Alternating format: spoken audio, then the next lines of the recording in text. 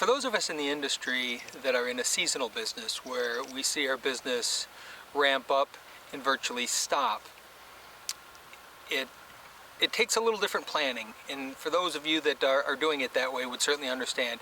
And I do recognize that in all of the industry, in the US at least, that there's peak season and there's low seasons. But in the north, there's not just low seasons, there's stop. So anywhere else, you may have a lull, and it's not as big as not as active, maybe you're not building as much or servicing as much because people aren't using their pools.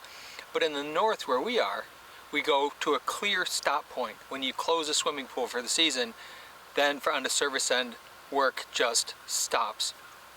And on the construction end, as the weather gets worse and gets more difficult to work with, it changes the process of how we build and what we do and how much we can do.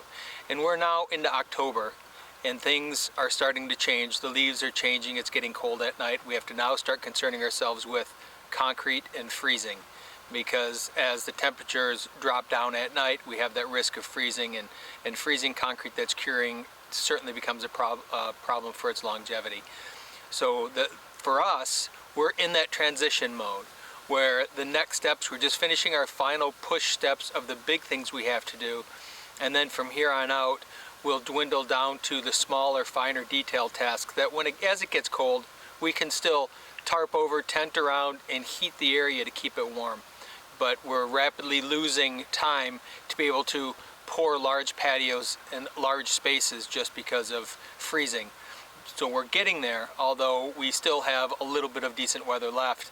At some point here in the not so distant future, we'll be into that conserve mode, work slow under tarp, staying warm until it gets just too cold, and then we literally stop for several months before we get going again in the spring.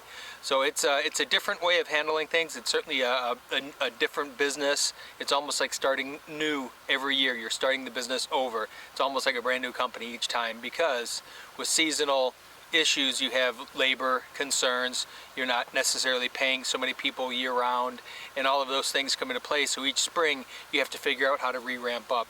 And it's just reflecting on that and realizing how quickly the season fall turns into winter, and there we are in the deep freeze in the north here, and things have to change. So those are just my thoughts about this changing weather and what's happening with us.